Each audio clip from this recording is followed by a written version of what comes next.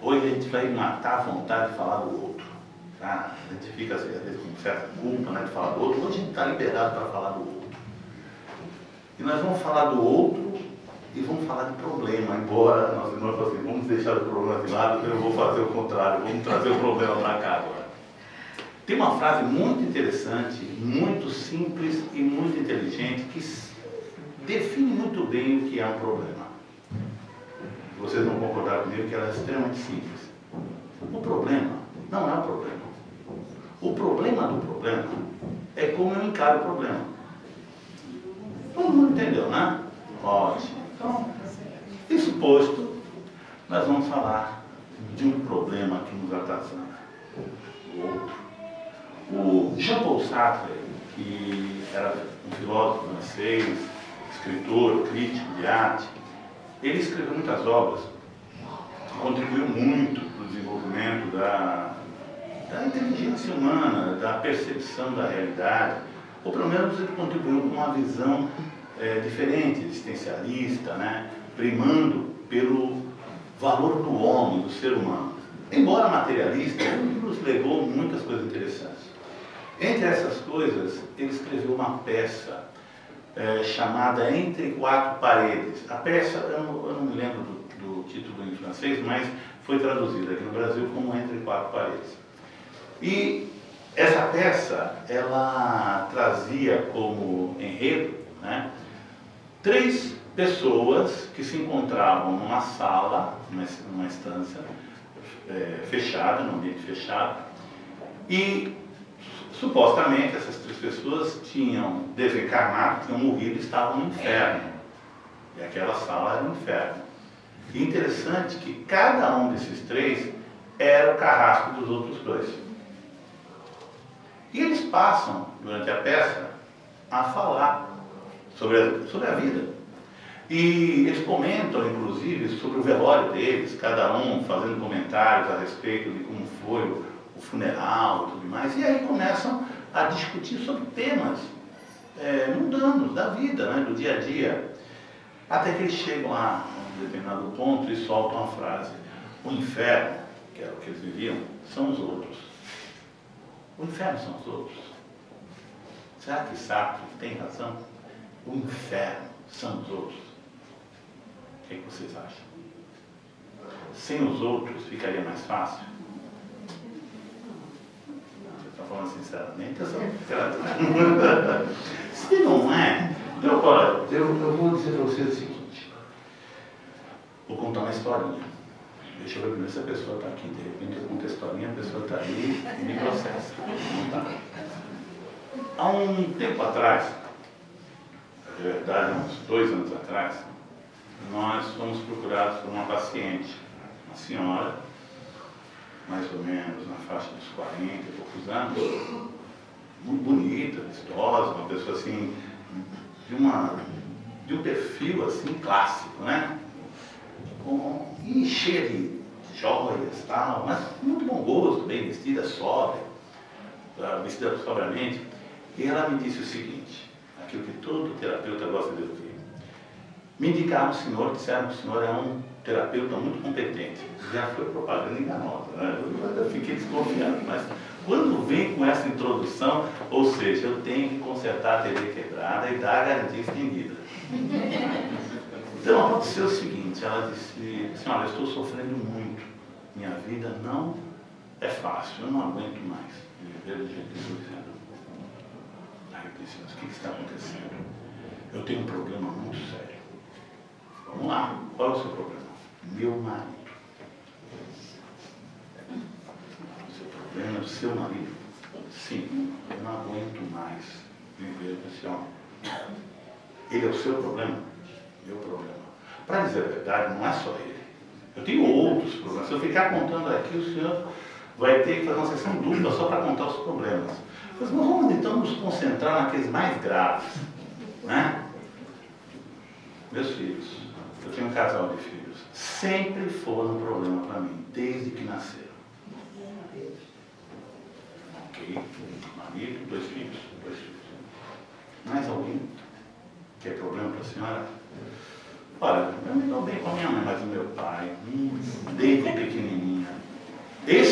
ainda é um problema. A minha mãe já foi. Não sei se ela já foi um problema, se ela já tinha ido.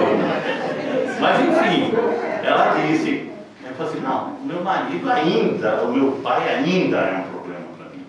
Que problema? Mais alguém assim? Não, mas é verdade, tinha um vizinho meu. Eu não quero comentar. Essa introdução, eu não quero comentar. É que vai comentar, né? Eu fiz aquela cara de paisagem. É estranho, estranho. É. E esse é o problema? Não, não, o problema não é por ele ser estranho. Apesar que ser estranho também é problema. Ele deve ter uns 30 anos. E é solteiro ainda. Pelo menos eu não vi nunca uma moça entrando naquele apartamento. Mas esse é o problema? Não, não, o problema é o gosto musical dele. Como assim? Ele gosta de ópera. Você imagina, um rapaz ficando gostar de ópera, tem alguma coisa errada, né? E ele ouve ópera toda noite, mas muito alto. Não, mas é o suficiente para eu ouvir aquela cantoria. E isso é um problema? Mas não seria um problema para o senhor também? Eu quero assistir a novela, é um problema. Bom, então vamos resolver a situação. Peguei os cartõezinhos. 1, 2, 3, 4, 5. Senhora, mas eu fiz isso mesmo, tinha que ser aqui no título, não. Eu fiz isso. Está aqui. A solução dos seus problemas. E que é isso? Cartão de visita meu. Seu marido, sua filha, seu filho, seu pai, seu vizinho. Pode entregar para eles, manda ligar para a Cida, marcar uma consulta, não sei como é que a gente vai fazer, mas eu dar um jeito. O senhor está falando? Não, veja. A senhora quer que eu resolva o seu problema. E eu tenho todo o interesse em ajudá-la. Não sei se eu vou conseguir. Mas para mim lidar com o problema tem que estar diante de mim. Concorda? Como o seu problema são eles, são os outros têm que vir aqui. O senhor está rindo da minha cara? Não, estou falando sério. A senhora acredita que, se a senhora acredita que o seu problema são os outros, então não tem como eu, por controle remoto, operar mudança no outro se o outro não está aqui. A não ser que eu passe as instruções e a senhora vá lá e faça terapia com eles. Você não está entendendo, você está dizendo que o problema está em mim. Eu falei, nossa, a terapia é bom por causa disso. Na primeira sessão, a pessoa começa a ter uma luz de dentro. Gente, aí eu acreditei que eu era bom. Já pensou? Mas foi 15 minutos de bate-papo. Aquela senhora já estava iluminada a tal ponto de ter entendido qual era o problema da vida dela. E ela chegou para mim e falou assim, você está dizendo que eu sou o problema? Sim. Mas como? Eu falei, a não ser que a senhora acredite numa outra solução, contratar um jagunço e mandar matar todo mundo. Mas vamos pensar seriamente. Aí a gente brinca assim, né? Mas não é para descontrair. É porque se a gente fizer cara de paisagem como o modelo esperado do psicólogo, desenvolva. Fale mais a respeito. O que você quis dizer sobre isso? Não. Eu lanço provocações, né? E essa senhora chegou de repente e falou assim, mas você está dizendo que não... Mas peraí, mas tem alguma coisa errada? Existem problemas? Assim, claro que existem. O problema está dentro da gente. Porque se o problema estivesse no outro, nós não teríamos nem o que fazer. Veja só, se nós simplesmente eliminássemos as pessoas de alguma forma, não mandando matar, naturalmente, mas se essa pessoa saísse da minha vida, o outro saísse, se essas pessoas são um problema na minha vida, então seria muito fácil. Bastaria simplesmente que eu me afastasse das pessoas que me causam problema. Mas o danado é que parece que esse negócio é contagioso. E os outros vão surgindo, que nem borboleja, né? A gente se livra de um, aparece outro. parece que atrai, né? Na realidade, gente, o Delson Lemela, né, colega de consultório e tal, foi meu mestre no curso de especialização em TDT, juntamente com o Flávio Brown, da Sociedade Brasileira de Terapia de Vida Passada. Ele costuma dizer o seguinte, que problema sempre é aquilo que acontece dentro de mim. Todo o resto são situações, são dificuldades. Vejam se isso não faz sentido. Não existe nenhum problema, isso eu acredito piamente hoje, não existe nenhum problema que seja externo a mim. Nenhum. Ah, mas peraí, uma doença, um tumor, não é um problema? Não.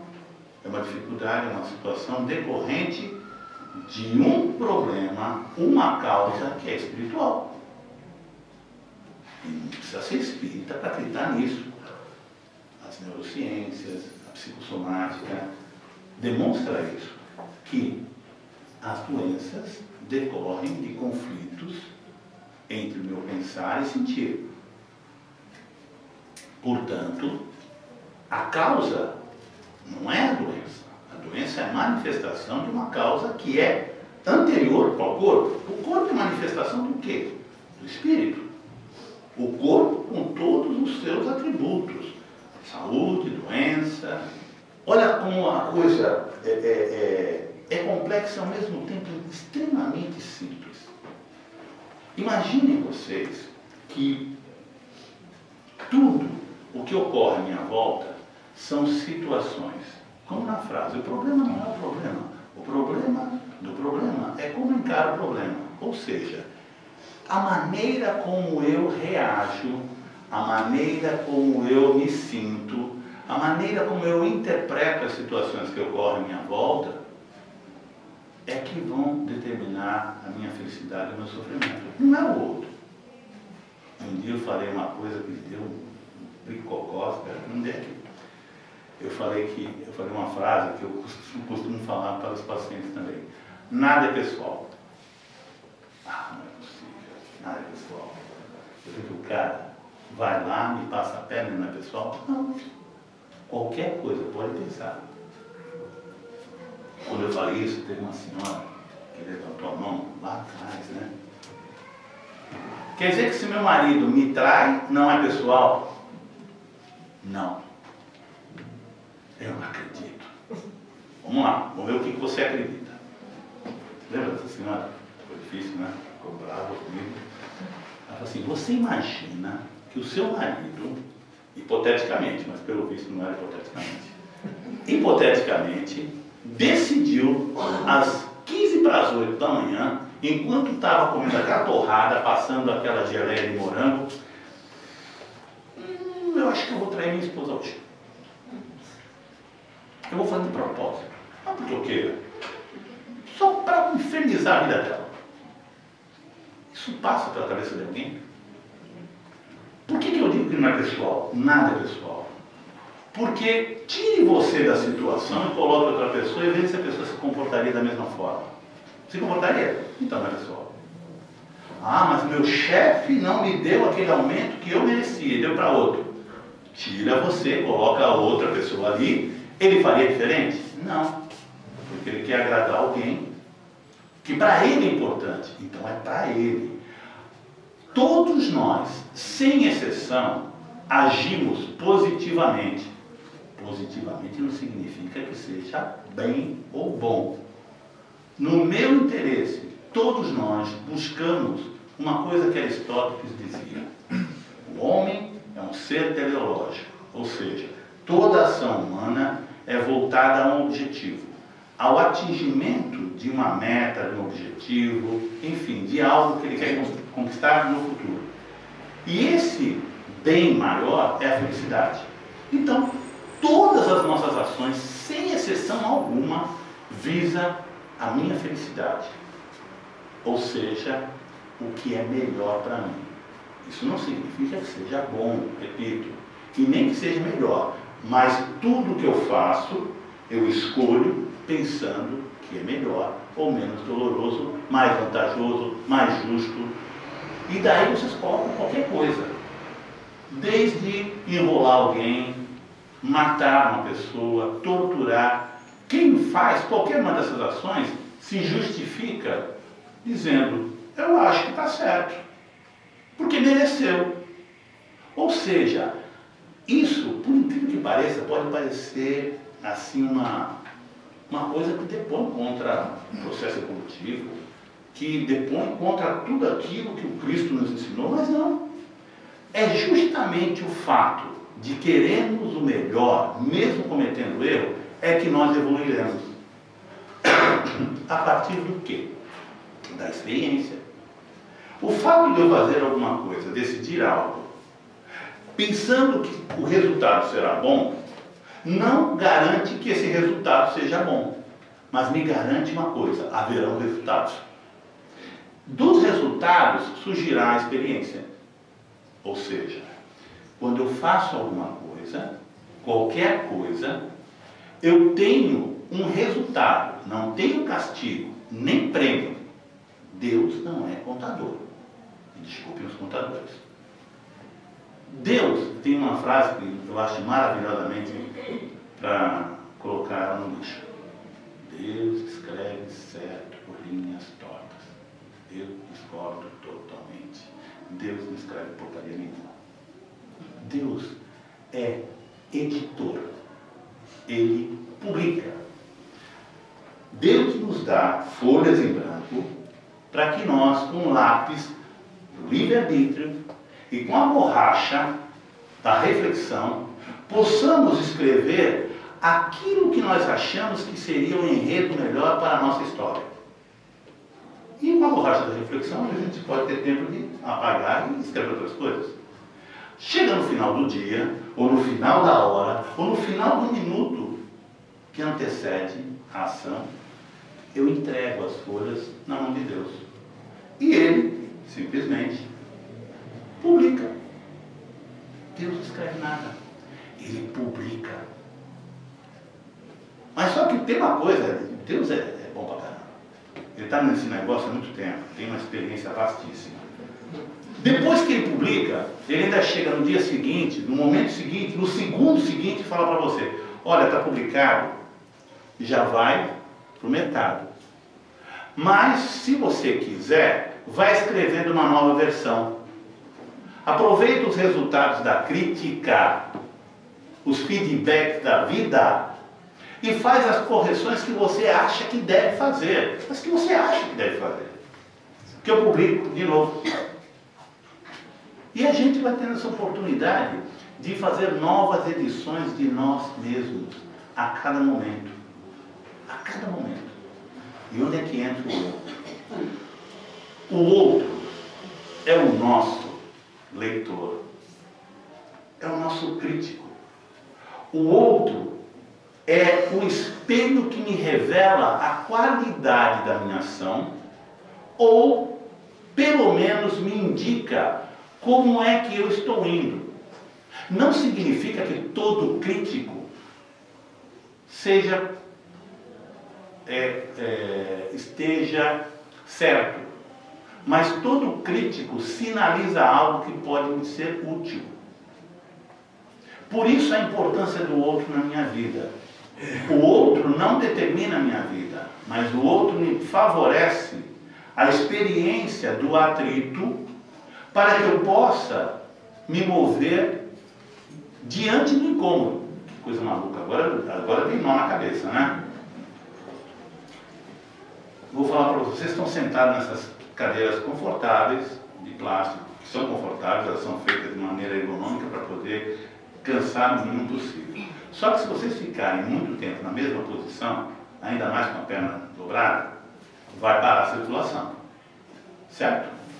E aí o que vocês fazem depois de um certo tempo? Muda a posição, né? Se muda a posição, o que acontece? Vocês querem fazer a experiência para comprovar? O que acontece? Melhora. Hã? Melhora. Não, mas se eu não mudar a posição, se eu ficar na mesma posição, adormece, né? Se você ficar nessa posição por 1 hora, pode ser que comece a dar cãibra. Se você ficar por 1 dia, pode ser que comece a dar problema na circulação. Se você ficar por 1 semana, vai ficar roxinho o pé. Vai ficar preto.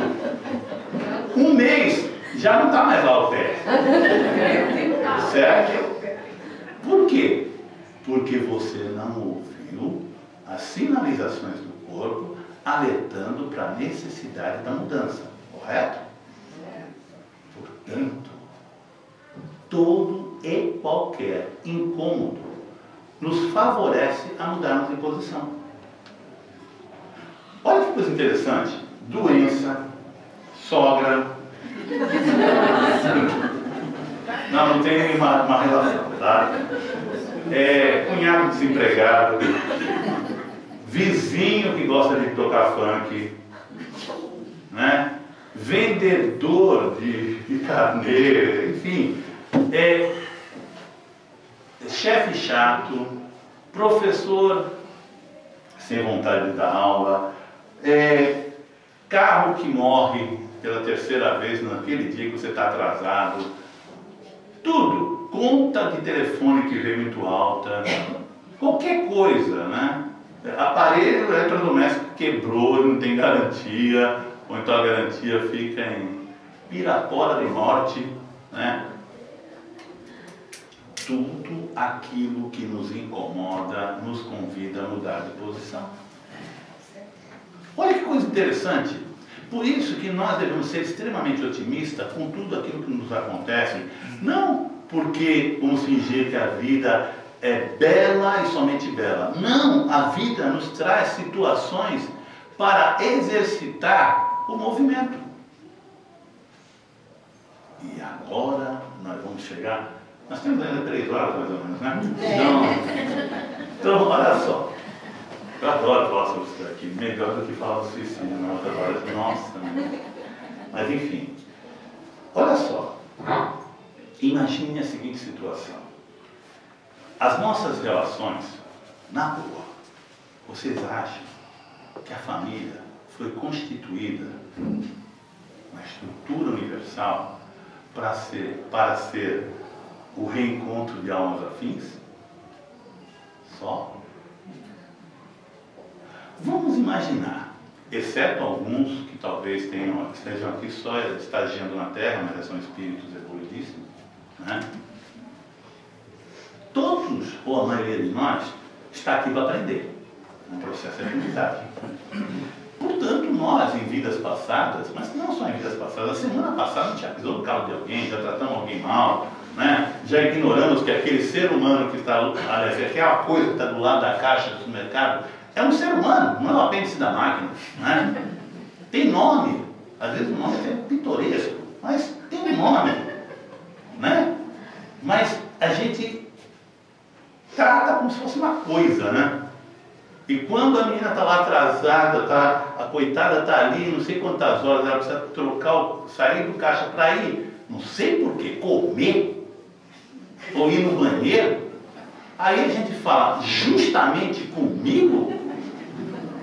E aí fuzilamos aquela infeliz como se ela fosse a representação de tudo que dá de errado na nossa vida. E ela, coitada, aquilo ali, elas deviam ter passe de 5 em 5 minutos, porque a carga negativa que elas recebem. Eu já vi médio passista esculhambando com uma menina daquela, médio passista, e estava indo para o centro. Olha só, deu um passe negativo na outra, acho que limpou todas as energias negativas, né? Aquele mata-borrão de uruca, e aí foi para o centro pensando em Jesus.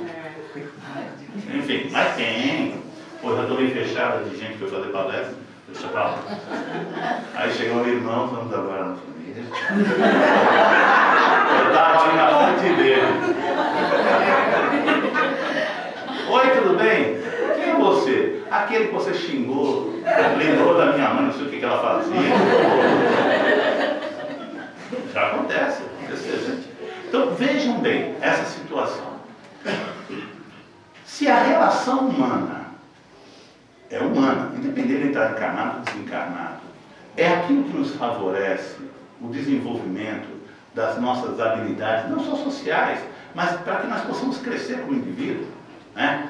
Então, imagine só, lá em vidas passadas nós cometemos alguns deslizes, né? Quais? Coisa básica, né? Uma torturazinha dali, um assassinato dali, um estupro, uma coisa básica que se fazia sem o menor problema, porque todo mundo fazia. Era o kit, Idade Média.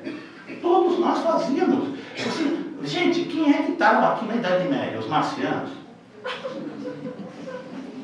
Éramos nós. Ou a gente estava na fogueira ou acendendo. Na outra encarnação era o contrário, a gente revezava, né? Hoje eu vou fazer churrasco com chorinho. Pô! Quem chorava quem estava na pira, e o outro lá só recolhendo lenha. Mas isso era o que nós fazíamos. Hoje a gente está mais light, a gente não põe o outro na fogueira, a gente vai fofoca. Verdade? A gente não queima as pessoas, a gente detona o nome delas. Né? A gente não tortura, a gente faz bullying. Né? A gente não decapita as pessoas, a gente corta as esperanças dela.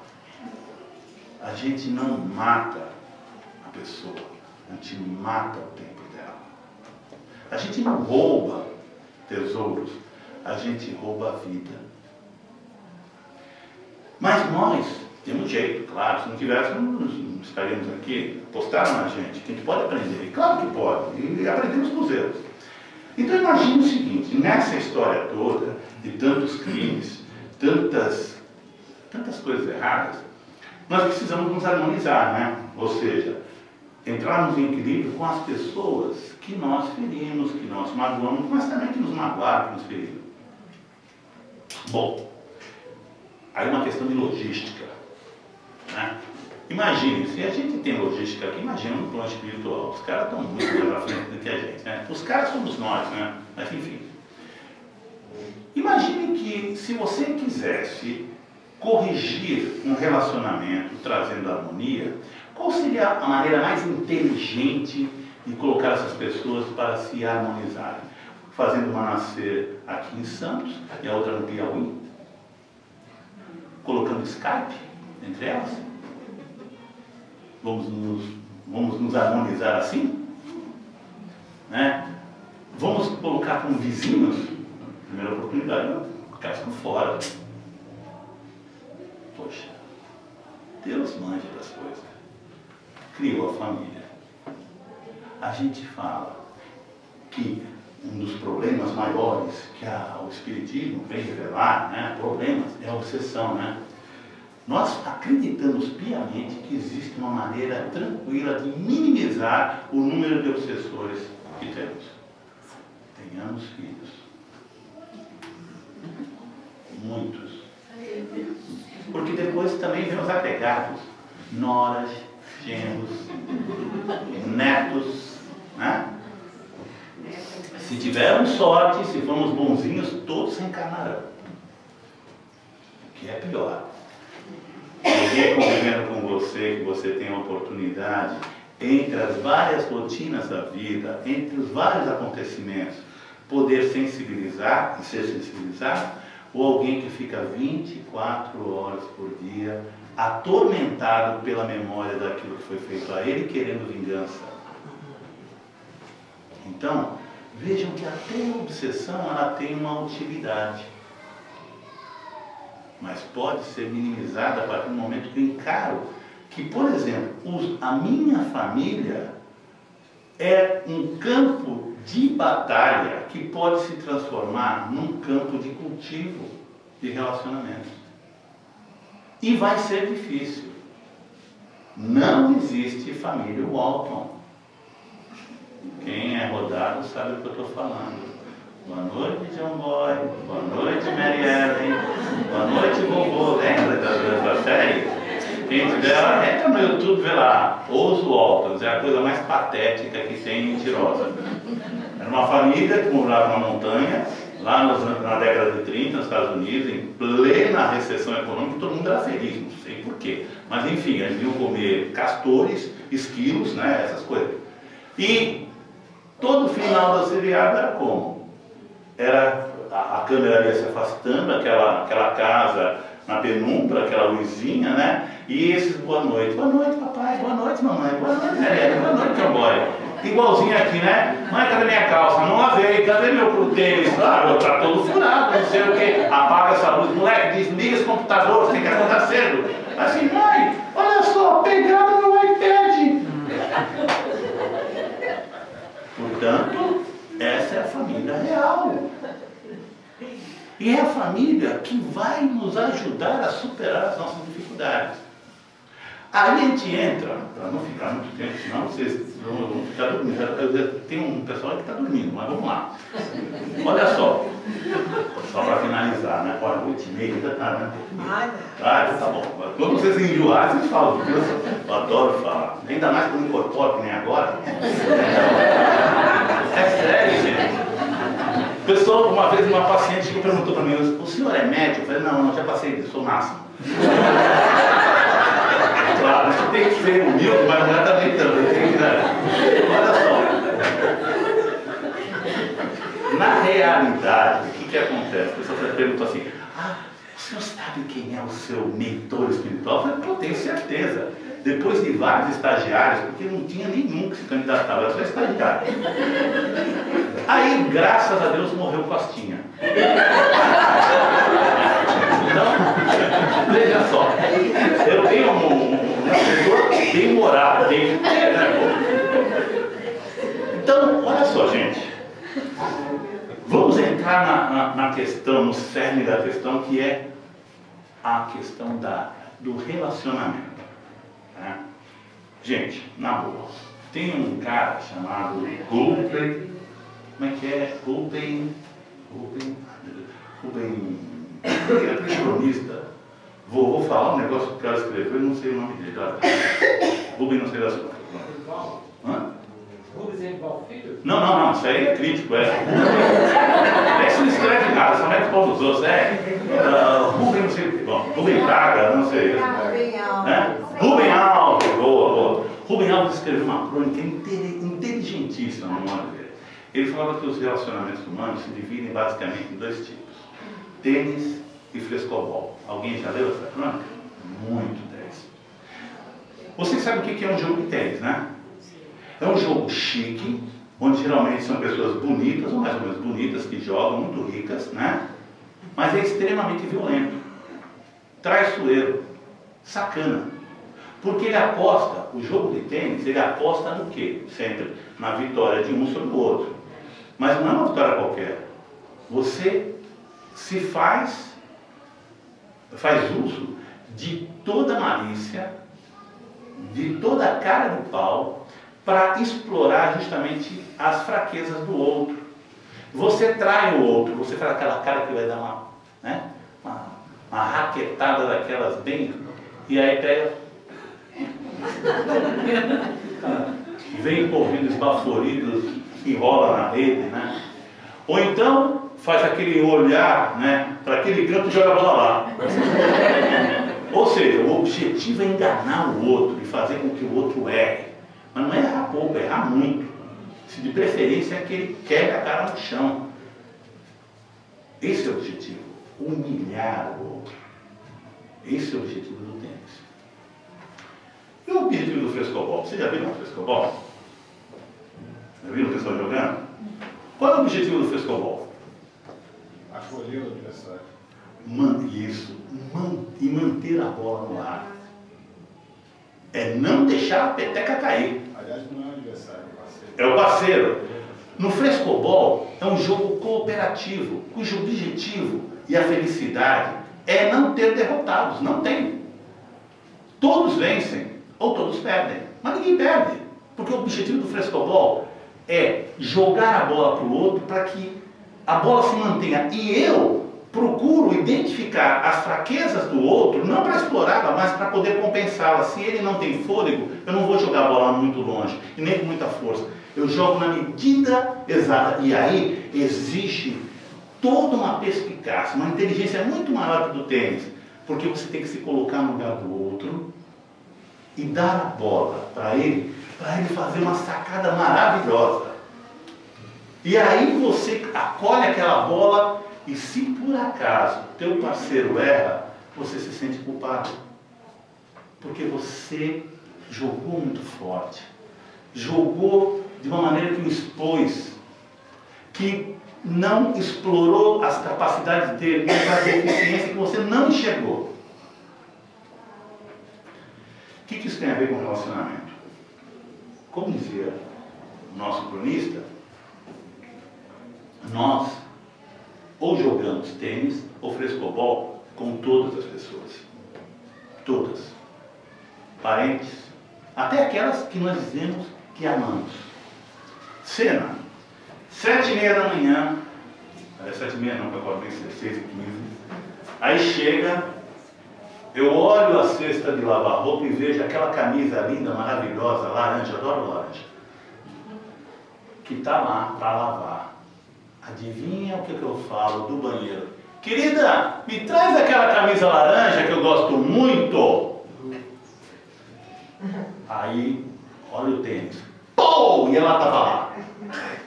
Mas eu não lavei. Pô, tá bom, pega qualquer uma. Eu tenho um funcionário. Eu sei que o cara é lento. Ou seja, ele tem uma velocidade inferior àquela que eu desejaria que tinha.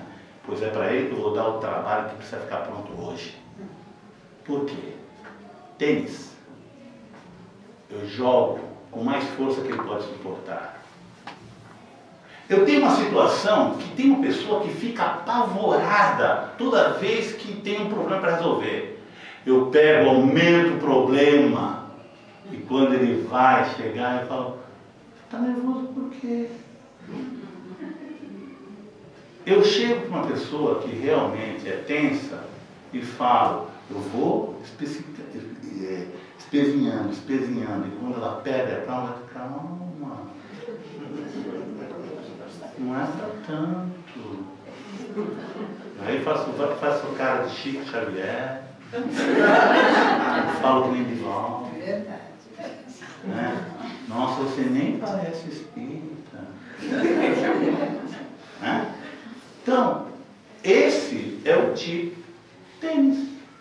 Eu sei que ninguém faz isso aqui. Mas então, gente, na realidade, a proposta desse bate-papo é nós fazermos uma reflexão. Será que não compensa jogarmos mais frescobol? A camisa laranja, pô, meu amor, caramba, a camisa, eu queria aquela, mas tudo bem. Dá para você lavar amanhã? Ah, tá bom, porque dá tempo. Eu joguei a bola de acordo com a possibilidade. Olha, eu preciso desse trabalho o mais rápido possível. Quando é que você pode me entregar? Ah, eu acho que amanhã, porque eu preciso para hoje. O que você me sugere para poder fazer isso? Frescobol. Dá mais trabalho? Muito mais, exige muito mais da gente. Tá? Só que o que nós ganhamos com isso? Muito. Nós ganhamos a nossa evolução. Nós acabamos com os nossos problemas. Nós mesmos. Agora a gente pode continuar dizendo que o problema está no outro. A gente pode continuar procurando médico, psicólogo, médium, tomar passe. E tem gente que vem no centro, eu já fiz muito disso, vou tomar passe pelo meu marido. Não. Eu vou ter que tomar passe pelo meu filho. Não. Tome passe para você. Peça todas as energias, forças para que você possa superar as suas limitações para lidar com a situação que é externa a você. Porque elas vão continuar. Pô, mas quer dizer que o sujeito vai continuar infernizando? Não. Ele vai continuar existindo. Se você vai ser infernizado ou não, as coisas voltam. Teve uma amiga que outro dia falou assim, nossa, eu vi uma missa outro dia, ai, eu achei um horror. Aquele padre conseguiu me irritar.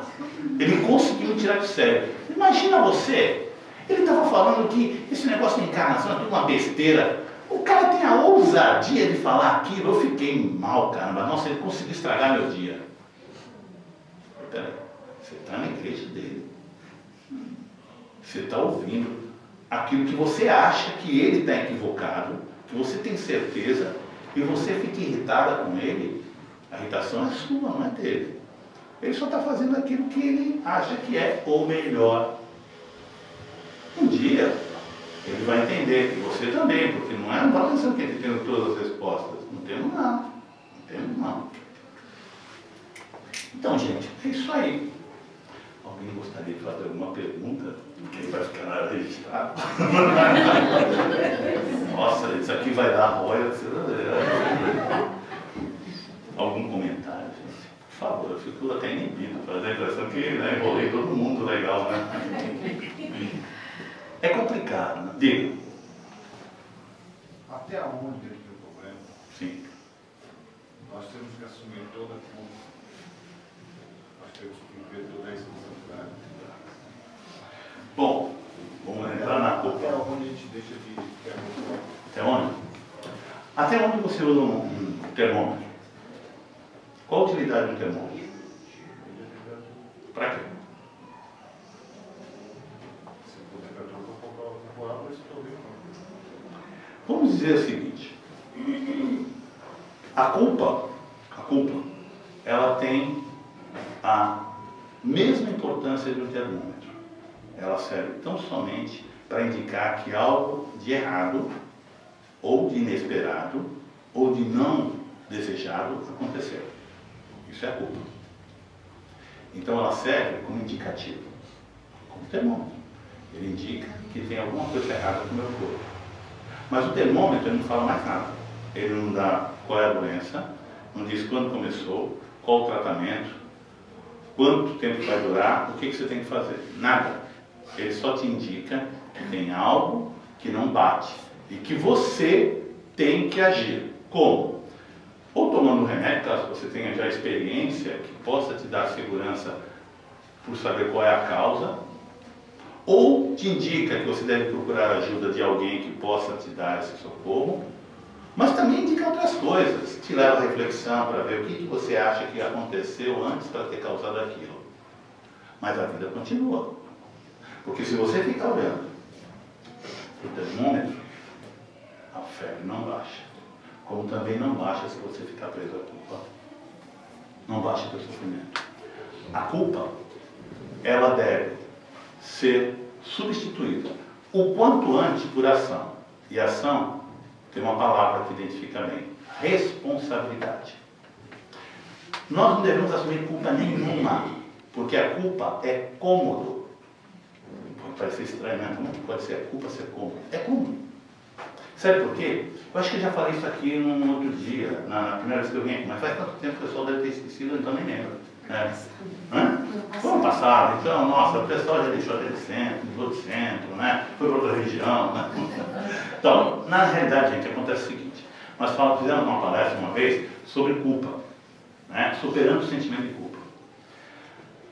Nós acreditamos e defendemos essa ideia, e não porque seja nossa, muita gente já pensou a respeito, que o sentimento de culpa, ele tem realmente uma serventia, como um alarme que soa. Só isso, mais nada.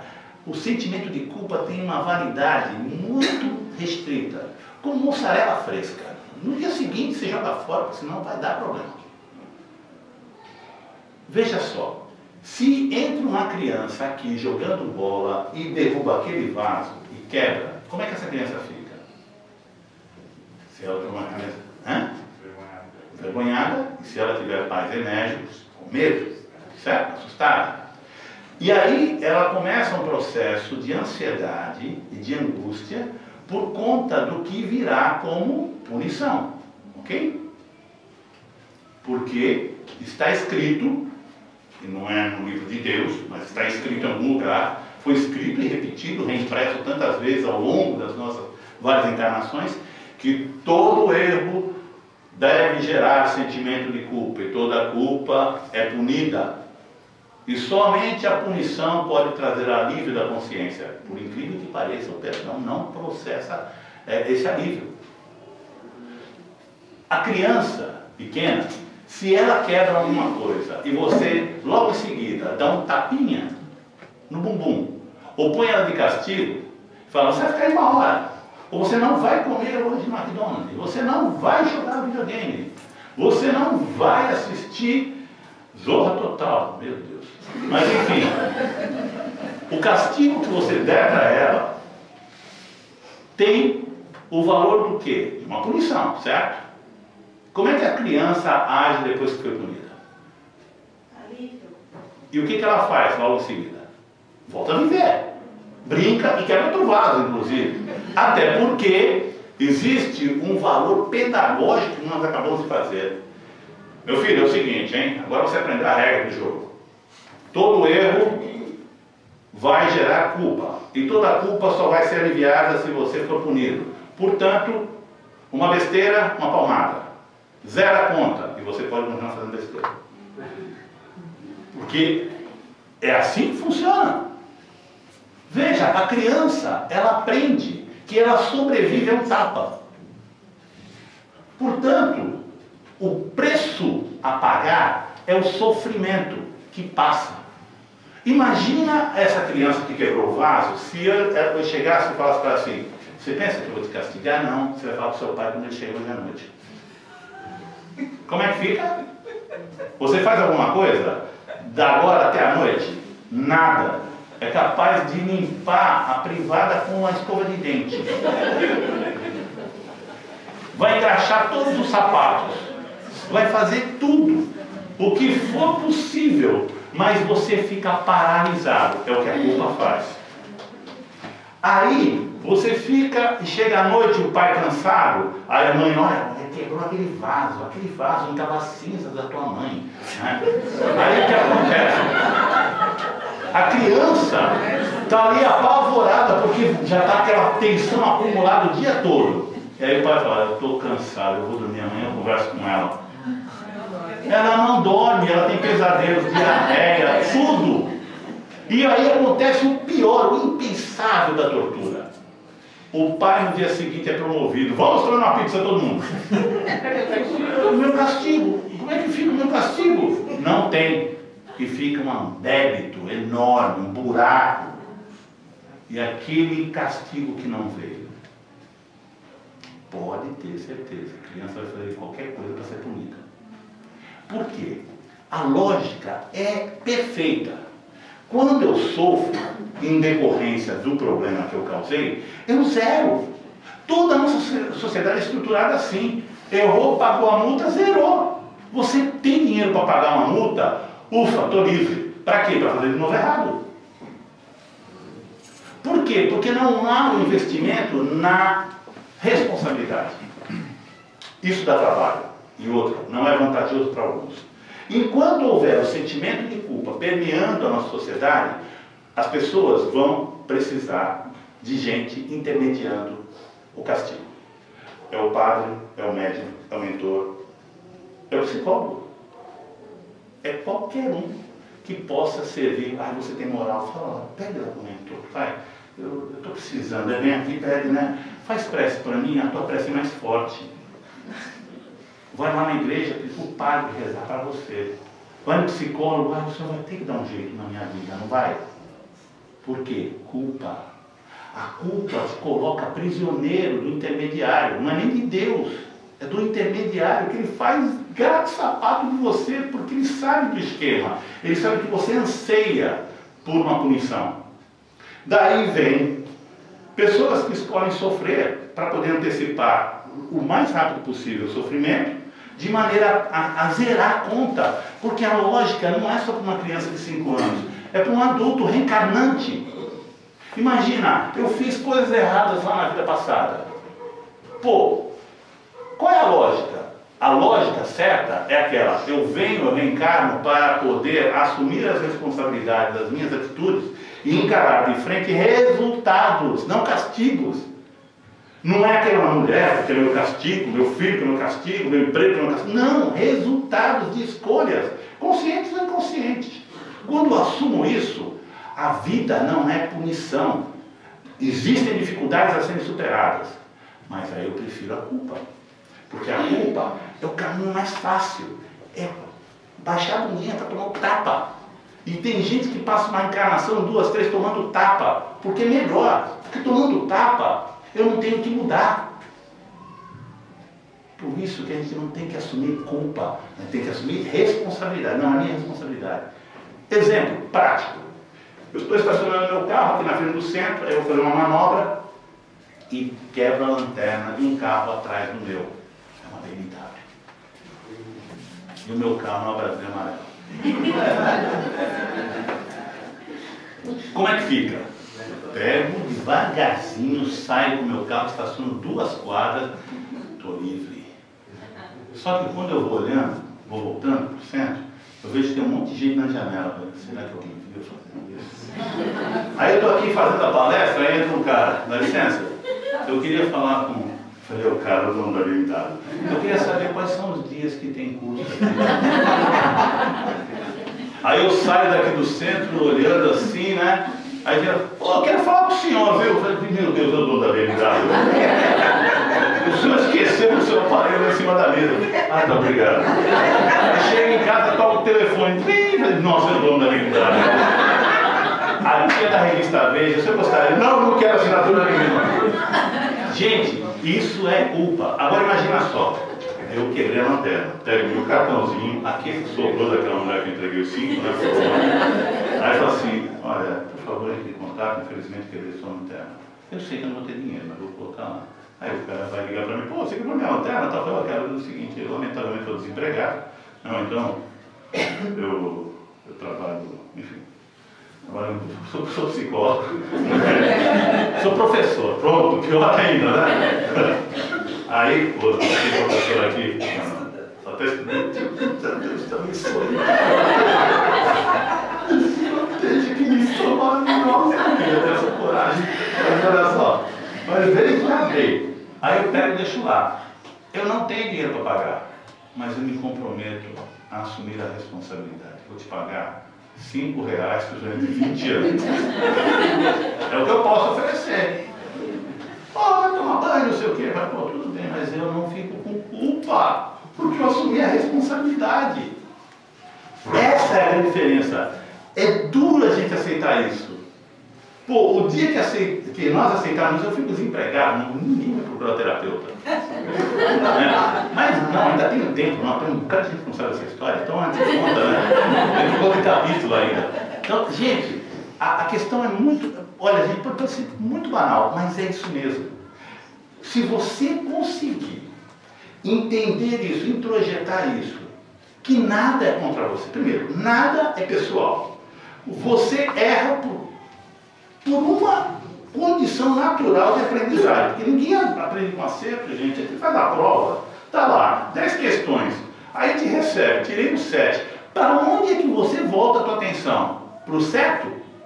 Para o errado, se você quiser aprender. Se você estiver satisfeito, você continua tirando 7, ou menos que 7. Mas você vai lá e pergunta, olha, está errado o que aqui? Não foi Colombo que descobriu o Brasil? Não foi. Foi Cabral. Cabral? Tem certeza? Puta. Caramba! Pô, não sabia. Legal. Aprendeu. Aprendeu por quê? Porque o resultado, prova, não é um instrumento sádico de professor para torturar o outro, mas é para simplesmente nós termos um feedback, para sabermos exatamente em que nível está a nossa compreensão.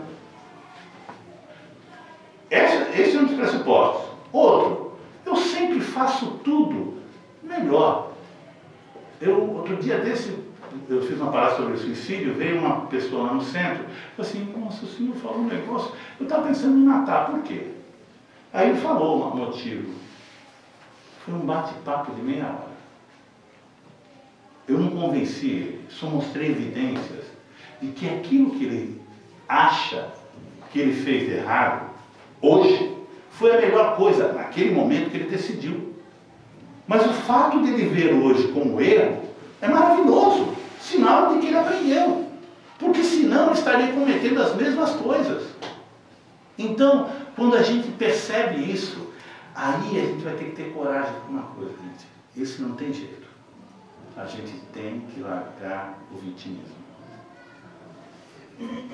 E para largar o vitimismo não é fácil. Porque ele nos dá lucro, nos dá ganhos maravilhosos. Quando eu sou uma vítima, eu coloco o problema fora de mim. Foi o outro que está fazendo isso comigo. E como está fora de mim, não cabe a mim mudar. A solução é vir de fora. Quando eu assumo que a vida, não, porque a vítima ela também usa da ideia do castigo. Então aquele papo, eu devo ter aprontado muito na vida passada. Não, só o suficiente. Para ter a vida que tem hoje. Não como castigo, mas como resultado. Não existe castigo, não existe. Não existe. Assumir isso é assumir a responsabilidade e não culpa. Se eu tenho, meu relacionamento está uma caca. Por quê? É só culpa minha? Não, não é culpa, é responsabilidade de todos. Responsabilidade. Mas o que eu faço então? Faça o seu melhor. Decida, mas não se iluda. Não coloca no outro. Sabe, o outro não é o problema está em mim. Pô, mas não tem jeito, o outro só me apoquenta, só me inferniza. Não, mas o problema foi a tua falta de senso quando escolheu o outro. Isso é resultado. Mas dá para mudar o jogo? Dá. Vou me separar, vou deserdar, vou pedir as contas. Não importa o que você decida, mas decida por você. Eu atendi um tempo atrás um jovem que ele chegou para mim, usuário de drogas, e ele falou assim: doutor, eu estou vivendo com uma pessoa que também é usuário de droga, e a gente está nesse relacionamento, um sustentando o outro. E é difícil, hein, gente? Muito difícil para ambos. Só que a minha esposa, que eu deixei lá atrás, nós temos um filho, aliás, 2 filhos, ela veio me procurar e dizendo que vale a pena tentar de novo pelos nossos filhos. O que o senhor acha que eu devo fazer? E agora?